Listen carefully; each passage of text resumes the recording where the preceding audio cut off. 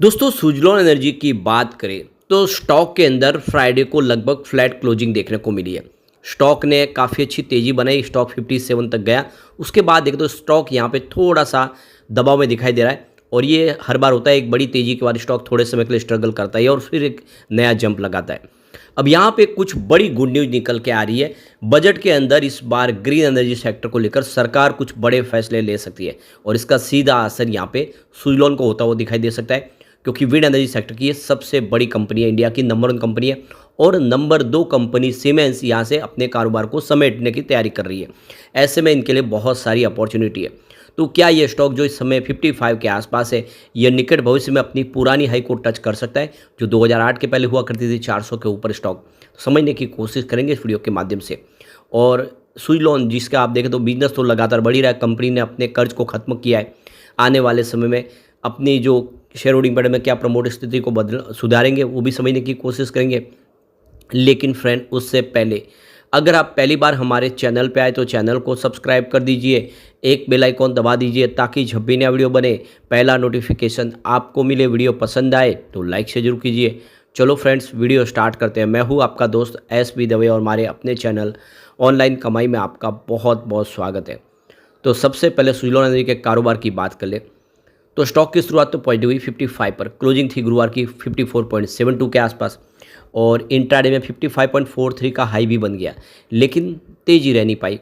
ऊपर के लेवल से बिल्कुल यहाँ पे प्रॉफिट बुकिंग देखने को मिली और इसने इंट्राडे में 53.65 का लो बना दिया। तो गिरावट हुई, लेकिन निचले लेवल से आप देखें तो कि स्टॉक रिकवर हुआ है। क्लोजिंग 54.68 के आसपास हुई है जो गुरुवार की क्लोजिंग थी, यानी 0.073% की मामूली सी गिरावट के साथ। तो ये अच्छी बात है कि स्टॉक इतनी बड़ी गिरावट में नहीं है अभी। अब यहाँ पे सुजलॉन को लेकर लोगों के जो मन में कई सवाल थे, लग रहा था कि ये आने वाले समय कंपनी डूब जाएगी और हुआ भी। आप देखें चाहे 2015 हो या 2020, कंपनी 2 बार डूबते डूबते बची है। लेकिन वही सुजलॉन ने लोगों को मालामाल भी किया है। 1 लाख रुपये का उन्होंने 11 लाख बना के दिया है। तो सुजलॉन एनर्जी के शेयर में 99% की भारी गिरावट के बाद पिछले 5 सालों में इसने छप्पर फाड़ रिटर्न भी दिया है। आप देख दो कि 11 जनवरी 2008 को शेयर की प्राइस 398 के आसपास थी, लेकिन 27 मार्च 2020 को ये गिर के 1.72 पर आ गया। हालांकि पिछले साल में इस अवधि में सुजलॉन ने काफ़ी अच्छी रिकवरी दिखाई है, यानी 400 का स्टॉक भले ही 1 रुपये के आसपास हो, लेकिन वो 1 रुपये का स्टॉक फिर से 55 तक पहुँचा भी है। अब आप देख सकते हो कि 12 जुलाई 2019 को इसकी प्राइस 4.55 रुपीज़ के आसपास थी और 12 जुलाई 2024 को यह 54.68 के आसपास पहुंच गया है। तो इस दौरान निवेशकों को करीब 1101% का ज़बरदस्त रिटर्न देखने को मिला है। यानी 12 जुलाई 2019 को अगर किसी ने 1 लाख रुपये लगाया होता इस स्टॉक के अंदर तो वो 11 लाख के ऊपर हो जाता। पिछले 1 साल की बात करें, स्टॉक ने 211% से ज़्यादा का प्रॉफिट दिया। 12 जुलाई 2023 को 18 रुपीज़ के आसपास स्टॉक था, जो 12 जुलाई 2024 को 54 के पार चला गया है। तो काफ़ी बेहतर प्रदर्शन किया है और लगातार अच्छा रिटर्न दे ही रहा है। पिछले 1 महीने में यहाँ पे 9.65% की तेज़ी बनी है स्टॉक के अंदर। अब यहाँ पे हमारा यूनियन बजट 2024 आ रहा है। आप देख सकते हो कि 23 जुलाई को लोकसभा में बजट पेश किया जाएगा और आप देख सकते हो कि सबकी नज़रें इस समय ग्रीन एनर्जी सेक्टर को लेकर सरकार की तरफ से क्या अनाउंस हो सकता है उसको लेकर है, क्योंकि सरकार ने भी अपना 500 गीगावाट का गोल सेट किया हुआ है 2030 तक के लिए और इसको पूरा करने के लिए सरकार की तरफ से कुछ बड़ी अनाउंसमेंट हो सकती है। अभी दुनिया भर के लिहाज से देखें तो इंडिया 4थे नंबर की इंस्टॉल कैपेसिटी यानी ग्रीन एनर्जी के माध्यम से आपको देश दिखाई देगा, जिसका आप देखें तो विंड एनर्जी के माध्यम से भी इसकी कैपेसिटी काफ़ी अच्छी है। अभी पिछले साल जो अंतरिम बजट था उसके बाद में सरकार ने भी कुछ बड़े फैसले किए, जिसमें पीएम सूर्य घर हर घर बिजली मुफ्त योजना शुरू की गई स्कीम, जिसके तहत घरों के ऊपर सोलर रूफटॉप लगाने की सरकार की तरफ से स्कीम दी गई स्कीम, जिसमें सरकार इंसेंटिव दे रही है और सोलर रूफटॉप को ज़्यादा से ज़्यादा बढ़ाया जाएगा। और अब यहाँ पे सरकार देखो कि ऑफशोर विंड के लिए भी सरकार की तरफ से नई योजना लाई जाए। वैसे अभी यहाँ पे देखो कि जो विजिबिलिटी गैप फंडिंग स्कीम भी लाई गई है। तो इंडिया में अभी देखो G20 होता है, उस दौरान भी इंडिया ने अपनी तरफ से जो कमिटमेंट किया वर्ल्ड के साथ में कि वो ज़्यादा से जल्द ग्रीन एनर्जी को अपनाएंगे और जो भी ऊर्जा के जो स्रोत है वो ग्रीन एनर्जी के होंगे आने वाले समय। और इसके लिए उस वादे को पूरा करने के लिए भी सरकार पूरी कोशिश कर रही है और इस बार भी वो बजट में देखने को मिल सकता है। अभी फिलहाल ग्रीन एनर्जी सेक्टर के लिए जो चैलेंजेस है उसमें देखें तो कॉपर की प्राइस जो काफ़ी ज़्यादा है, उसकी वजह से जो इक्विपमेंट बनाए उसकी मैन्युफैक्चरिंग कॉस्ट बढ़ जाती है, जिससे बिजली का जो खपत है वो अगर होती है ग्रीन के माध्यम से तो वो भी महंगी हो जाएगी, उसका जो पर यूनिट चार्ज भी बढ़ जाता है। तो ऐसे में आप देखें तो सबसे जो बड़ी बात है कि इसको कैसे कंट्रोल में किया जाएगा, जो मैन्युफैक्चरिंग यूनिट सारी इंडिया में होगी और यहाँ पे अगर उसमें कुछ और कमी की जा सके।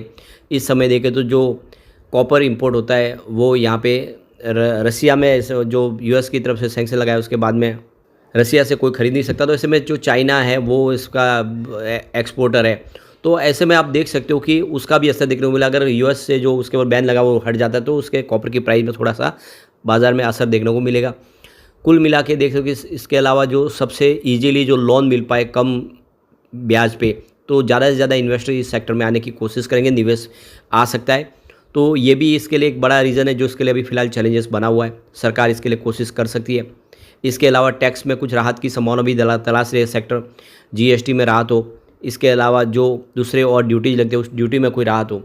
तो ये सारी बातें, इसके अलावा जो एक बोले प्रोफेशनल वर्क फोर्स की भी ज़रूरत है इस सेक्टर के लिए, ज़्यादा से ज़्यादा लोगों को ट्रेन करके तैयार करना जिससे आने वाले समय ग्रीन हाइड्रोजन का जो सपना है देश का वो पूरा हो सके। दुनिया भर के अंदर ग्रीन हाइड्रोजन को एक्सपोर्ट करना चाहता है इंडिया, जो विंड और सोलर एनर्जी को पानी में गुजारने के बाद मिलने वाली है। तो ये सारी बातें। दूसरी जो एक बड़ी अपडेट निकल के आ रही है कि जो बजट 2024 है इससे IREDA, Suzlon energy, Tata power, NTPC और आरआईटी जैसी कंपनियों को बेनिफिट मिल सकता है। तो ये एक्सिस सिक्योरिटीज की तरफ से जो अंदाज़ा लगाया गया उनके हिसाब से ये सारी कंपनियां बहुत सारा बेनिफिट ले सकती है। तो एक्सिस सिक्योरिटीज़ का कहना है कि इस बार जो सरकार का फोकस होगा, जो बजट ज़्यादा उसका एलोकेशन होगा वो कैपिटल एक्सपेंडिचर, स्पेशली पावर और रिन्यूएबल सेक्टर के लिए सरकार बहुत कुछ यहाँ पे अनाउंस कर सकती है। कुछ नई स्कीमें लॉन्च की जा सकती है रिन्यूएबल सेक्टर के लिए, पुरानी जो स्कीम है उसमें कुछ और उसको अपडेट किया जा सकता है। इसके अलावा देख सकते हो कि कुछ और नए फैसले लिए जा सकते हैं जिससे ये जो कंपनियां जो इनको बेनिफिट मिलने की संभावना बन रही है। तो यहाँ पे इस समय पावर सेक्टर के लिए जो सबसे बड़ी बात है कि जीएसटी है उसको कम किया जाए। इसके अलावा देखें तो जो दूसरे जो इक्विपमेंट है उसके ऊपर इस समय कस्टम ड्यूटी लगती है, उस कस्टम ड्यूटी को रिमूव करना चाहिए। और भी बहुत सारे जो इंडिया में अगर मैन्युफैक्चरिंग होती है, इक्विपमेंट बनते हैं सोलर विंड के, तो सरकार की तरफ से उसको इंसेंटिव दिया जाना चाहिए, पीएलआई स्कीम का बेनिफिट दिया जाना चाहिए।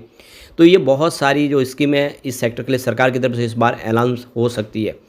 तो ऐसे में इस सेक्टर से संबंधित कंपनियां बेनिफिट में आ सकती है, स्पेशली ग्रीन हाइड्रोजन मिशन के तहत। तो ये एक्सिस सिक्योरिटीज़ का ये कहना है कि इसका फ़ायदा बिल्कुल सुजलॉन एनर्जी को भी होगा, इडा कंपनी जो ग्रीन एनर्जी को फाइनेंस प्रोवाइड करती है।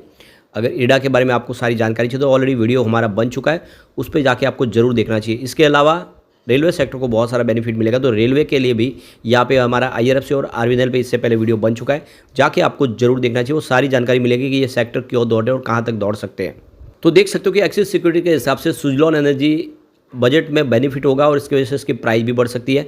और अब रिजल्ट भी हमारे सामने आने वाला, Q1 का बेहतर रिजल्ट की पूरी उम्मीद है। ऐसे में सुजलॉन एनर्जी के शेयर की प्राइस बढ़ सकती है और वैसे भी स्टॉक के लिए बहुत सारा पोटेंशियल है। जिस तरह से कंपनी एक के बाद एक फैसले ले रही है, लग रहा है जल्दी ही प्रमोटर अपनी हिस्सेदारी बढ़ाना अब शुरू करेंगे, क्योंकि जैसे कि सारा कर्ज उन्होंने खत्म कर दिया, अपने गिरवी शेयरों को छुड़ाए, तो अब जो अगला उनका टारगेट होगा कि प्रमोटर अपनी होल्डिंग को बढ़ाए और जो शेयर होल्डर है उनको डिविडेंड के रूप में उनको कुछ प्रॉफिट दिलाए। तो ये कंपनी की तरफ से भी कहा गया है कि 2025 से कंपनी डिविडेंड की तरफ आगे बढ़ती हुई दिखाई देगी। तो ये अच्छा मौका है सुजलॉन में निवेश करने का। लेकिन फ्रेंड, कोई भी इन्वेस्टमेंट करने से पहले अपने फाइनेंशियल एडवाइजर्स बड़े ले ले या अपना खुद का रिसर्च करें, क्योंकि मैंने वीडियो आपके एजुकेशनल पर्पज़ के लिए ही बनाया। वीडियो पसंद आए तो लाइक शेयर जरूर कीजिए और चैनल को सब्सक्राइब कर दीजिए। Thank you friends.